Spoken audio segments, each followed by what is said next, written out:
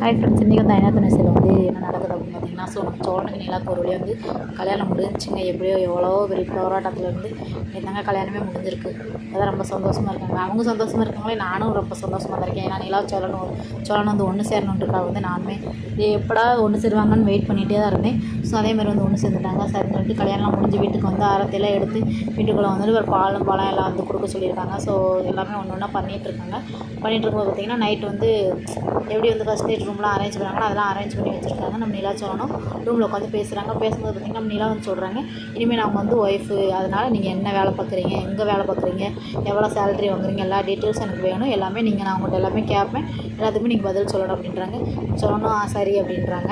சரின்னு சொல்லிட்டு நம்ம சோழன் வந்து நம்ம நிலா தோள் வந்து கையை போடுறாங்க. கையை போட்டோன்னே நிலாவுக்கு ஒரு பக்கம் சாக்காகுது. சாக்கானாலும் சரிங்க, நான் என்ன தான் இருந்தாலும் உங்கள் ஒய்ஃபு தானே அப்படின்னு சொல்லிட்டு 2 பேர் வந்து ஒன்று சேர்ந்து தோளில் வந்து நம்ம நிலா சோழன் மேலே வந்து சாஞ்சிக்கிறாங்க. சாஞ்சிட்டு வந்து அதோட வந்து சீரியலை வந்து முடிச்சிருக்காங்க. ஸோ இந்த வீக் ஃபுல்லாமே இதான் நடக்க போகுது. ஸோ இதில் வீடியோ பிடிச்ச மறக்காமல் லைக் பண்ணிடுங்க.